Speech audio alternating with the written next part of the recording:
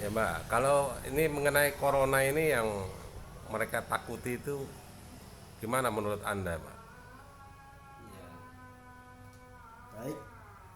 Untuk mengenai corona yang lagi viral sekarang ini kan, Ya, corona bisa sebagai disikapi dalam konteksnya yang positif bisa, sebagai konteks yang negatif bisa.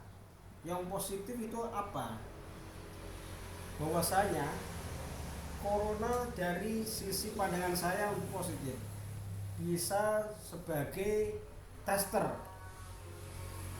sebagai uji, penguji atau sebagai asesor yang dimana untuk zaman sekarang kepada umat manusia, khususnya umatnya Rasulullah Shallallahu Alaihi Wasallam, yang dimana dengan arkanin imannya, dengan konstruktif imannya, yang memang itu sudah kemutlakan, yang dimana sampai meninggal dunia sebagai pedoman hidupnya, jalan hidupnya berpegang dengan arkanin imannya. Dengan iman tersebut, manusia akan menjadi cerah hidupnya, manusia akan menjadi sehat hidupnya, manusia akan menjadi bugar badannya karena iman itu. Sebab iman menjadi ada suatu sinergi, kekuatan, daya dari ketuhanannya di diri setiap manusia, yang dikatakan pola hidup dari aplikasi beriman adalah an-nadzafatu minal iman. Dengan sebab an-nadzafatu minal iman, pola hidup yang sehat itu menjadikan asupan, gaya hidup semuanya notabene dalam kebersihan, notabene dalam kesucian. Karena untuk apa? Selalu siaga, selalu ready, selalu jaga untuk beribadah kepada ilahnya.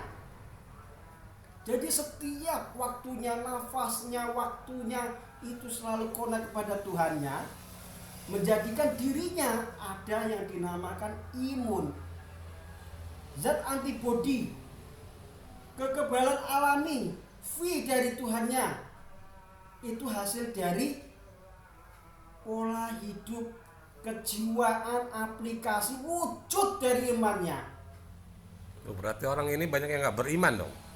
Itulah keberadaannya, asesornya sebagai penguji, uji cobanya kepada orang yang beriman atau tidak beriman. Itu setelah melewati ujian cobaan yang dikatakan corona. Berarti Anda sepakat dengan adanya corona ini? Ya Juga kayak sepakat, virus yang mematikan. sepakat dan tidak sepakat. Ketika dikatakan mematikan, itu karena apa? Sebagai asesor. Asesor apa? Mengasorsing.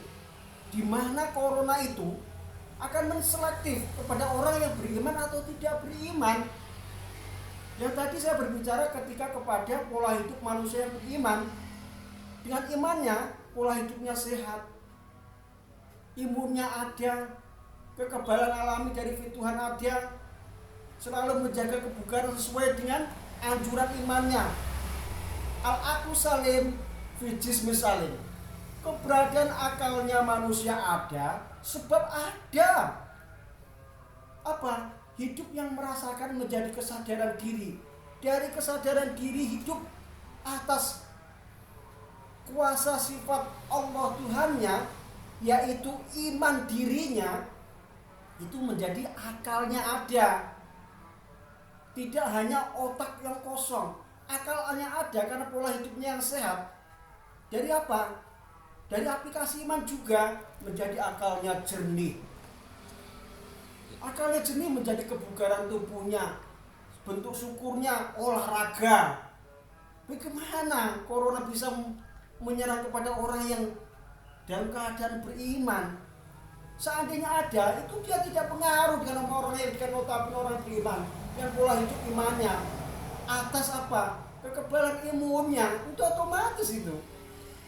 Bila mana kecuali ada manusia yang kena tester, kena outsourcing ini memang benar-benar tidak menjalani aplikasi hidup berimannya.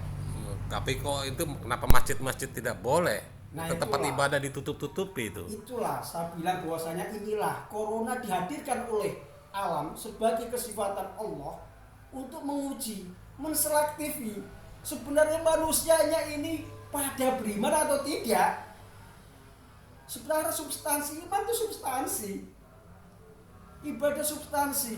Anda beribadah kayak apapun, tapi ketika tidak substansinya connect kepada ilahnya, Allah rukun imannya, sebagai arkanil imannya, iman kepada Allah, iman kepada malaikat Allah, frekuensi kan malaikat, iman kepada kitab Allah, iman kepada Rasulullah, Rasul Allah, iman kepada hari kiamat, iman kepada qada qadar.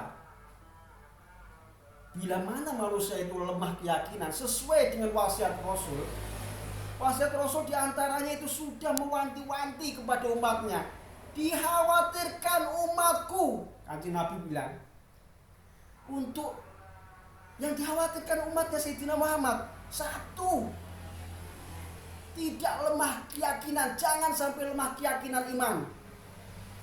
Berikutnya, ketika sudah lemah keyakinan, itu menjadikan semua tatanan atas kepercayaannya sebagai konstruktif kehidupannya roboh semua. Kenapa? Imannya nggak ada. Apa jadinya? Fobia, rasa takut yang berlebihan, berlebih-lebihan ketakutan, berlebih-lebihan kekhawatiran, berlebih-lebihan kesedihan. Sebenarnya corona hanya membuka sedikit, sebagai dikatakan wabah, Pak. Yang wabahnya itu adalah manusianya sendiri yang tidak mau berpegang kepada anjuran Tuhan Allahnya lewat bukti aplikasi imannya yang membunuh ketakutannya, bukan wabah coronanya. Virus itu semuanya sudah ada dari dulu. Kenapa? Kaidahnya virus itu tidak bisa dimusnahkan sesuai kekekalan massa.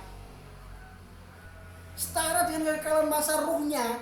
Ruh itu kekekalan massa juga sifatnya, tidak bisa rusak. Makanya diiringi dengan apa yang namanya virus tersebut sebagai pengiring untuk penguji, pencoba kehidupan imannya. Gitu ya. Iya. Terus banyak yang mati ini gimana ini? Nah, itu mati itu bukan sebab karena daya atas coronanya. Jadi malah orang beranggapan bahwasanya, nah itu ada suatu politisir yang dimana untuk semuanya manusia bisa terjerembab dan keluar dari arkanil iman. Kenapa? Dia bersandar kepada manusia yang tidak tahu kaidah atas arkanil iman, tidak menjadi sebagai apa? Akal ilmiah, adanya akal-akalan. Kalau kaidah agama pasti akal ilmiah. Akal ilmiah tidak ada yang melenceng dari kaidah agama. Tapi kalau politisir sudah ditumpangi menjadi the world of ini global, the world issue of global politik yang menjadi mewabah itu, ada suatu kepentingan yang dimana apa? Paling berbahaya. Paling berbahaya itu adalah bagaimana untuk menggerus, menguasai apa saja di dunia itu. Nomor satu underline-nya itu apa? Keyakinan. Roboh keyakinan setiap personality manusianya, roboh seluruh tatanan kenegaraan juga. Maka di situ ada seorang filosofi atau orang sufi bilang, "Kukuwatan minal iman." Negara bisa berdiri jaya itu karena apa? Imannya.